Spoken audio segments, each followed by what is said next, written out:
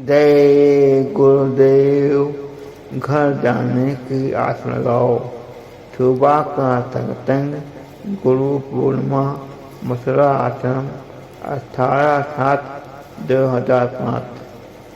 अमर संदेश।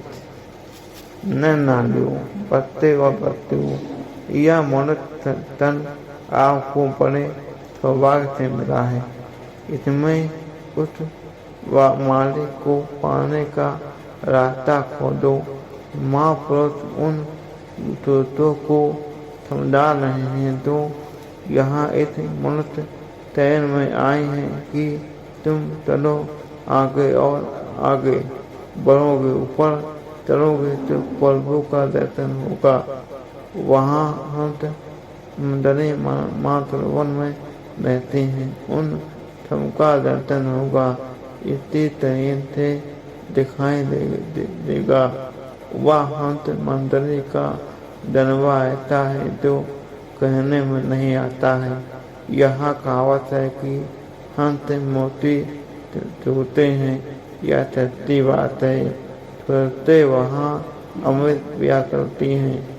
जब तक अंतर्मुख साधन में नहीं बैठोगे तब तक कुछ दिखाई सुनाई नहीं देगा। जब एकाग्र चित्त बैठोगे तब कुछ दिखाई सुनाई देगा। आपको ऐसे गुरु दानकार की खोज करना चाहिए जो उधर दाने आने वाला हो, जो ज्योति दोनों आँखों के मंद में अंतर में जल रही है, उसी पर निशाना लगाना है। गुरु फिरदी है, वह भी बताएंगे, मदद करेंगे। आपको पीठ में कहीं भटकना नहीं है।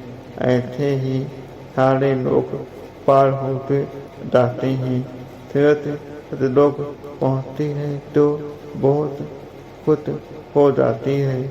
इस दर्द से छुटकारा हो जाता है और वहीं पहुँच जाती है जहाँ से आए थे, यानी अपने निज घर देश में। और धुन आवाज सुनकर मत हो जाती है, जैसे मुग वीणा सुनकर मत हो जाता है, ठीक उसी तरह से सूरत भी वहाँ की धुन सुनकर मत हो जाती है। यह संदेश है। यहाँ पर कितने ही शरीर बदलते हैं, पर वहाँ केवल एक ही है। वहाँ पहुँच जाओगे तो सूरत को सत्य ज्ञान हो जाएगा। वहाँ नित्य ज्ञानी योगी नहीं पहुँच सकते हैं। अब जो सूरत वहाँ पहुँचती है कि मैं यहाँ पहुँचती पहले मुद्राओं में थी। मुझे क्या पता कि सतलोक क्या होता है। वो देश ऐसा है, वहाँ जब चाहो चले जाओ। अब महापुरुष कहते हैं कि कोई भी हो उसको रास्ता मिल गया और अपने घर जाने की आस्था बांध ली तो अब पहुँच जाओगे। इसलिए रास्ते में कहीं रुको मत और घर जाने की आस लगाओ। वही तुरंत इस मनुष्य शरीर में दोनों आँखों के बीच जन पथ अग्नि वायु आकाश के पिंड पर बैठी है। इस पर जब गुरु की कृपा हुई और आज्ञा लेकर साधन पर बैठे तब तक वहाँ पहुँचे। देवों को लेने के लिए वह आया है और पुकार कर कहता है कि चलो तुमको मैं ले चले। भ्रमित करने वाला नहीं आया है।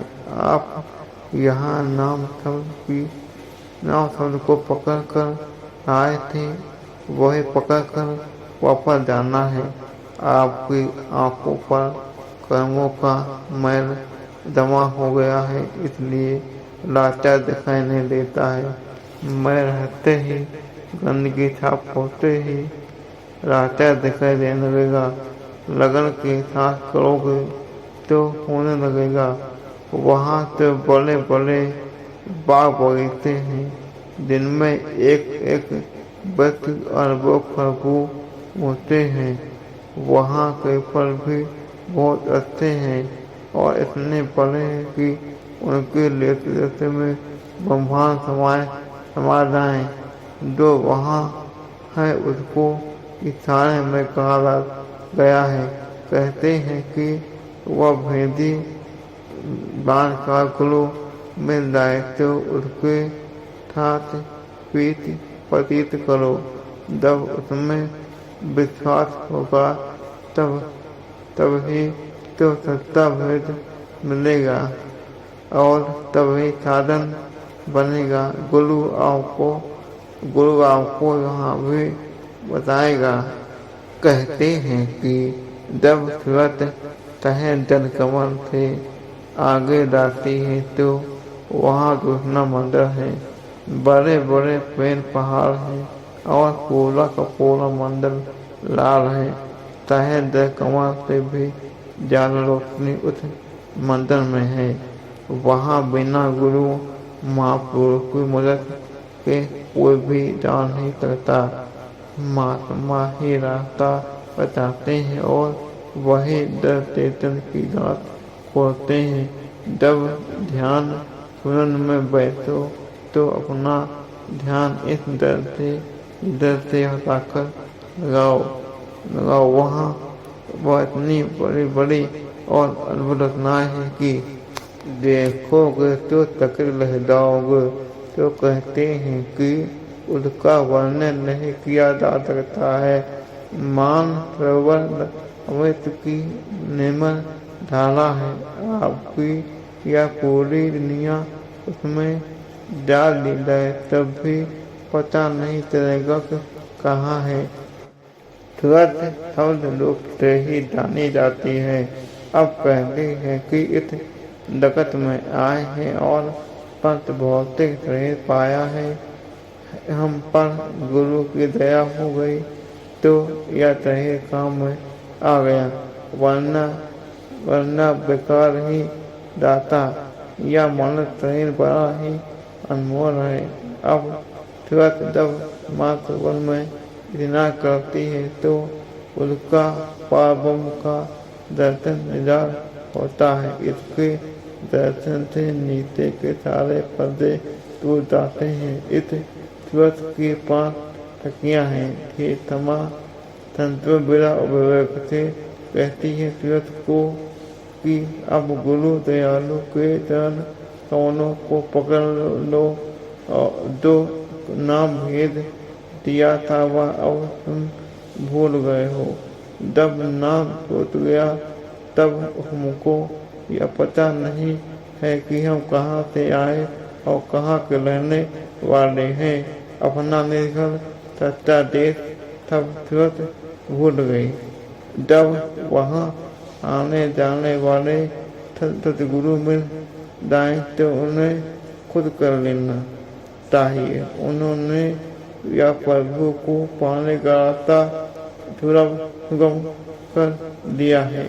सब कर सकते हैं और उसी को पकड़ कर तो आपका घर है वहाँ पहुँचा देते हैं।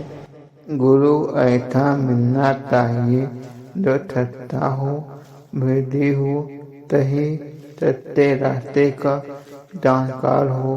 अब महापुरुष कहते हैं कि भाई हम किससे कहें, यहाँ तो सब ही डूब भर में पड़े हैं।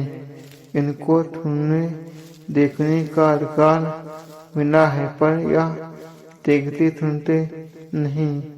वही बस धोखे में पड़े रहते हैं। यह संसार नाते परिवार सब यहाँ तो धोखा है। तो गुरु को खोजना चाहिए और गुरु को खोजना चाहिए और गुरु कैसा होना चाहिए जो सब जानता हो, अपने घर आता जाता हो। अब काल के गुरु क्या है, सोचते हैं चलो इनसे कुछ मिल रहा है। अब तुम इसी में यहाँ फंसे हो। अब कहते हैं कि त्वत और थम्स का सीधा रास्ता सच्चा रास्ता है। जैसे बरसात आती है तो रास्ता दिखाई नहीं देता है, वैसे ही आपको भी गंदगी कर्जों के कारण रास्ता दिखाई नहीं देता है। कहते हैं कि गुरु और तेरा दोनों कपटी हैं, दोनों कुछ नहीं बताएंगे। अब अगर शब्द अभ्यासी गुरु आपको मिल जाए तो वह भी बताएगा, तब आपका ध्यान भी बन जाएगा और भजन भी बन जाएगा। और जो जीव अनुरागी होगा, गुरु का कहना मान लेगा, वह इस भवसागर से निकल जाएगा।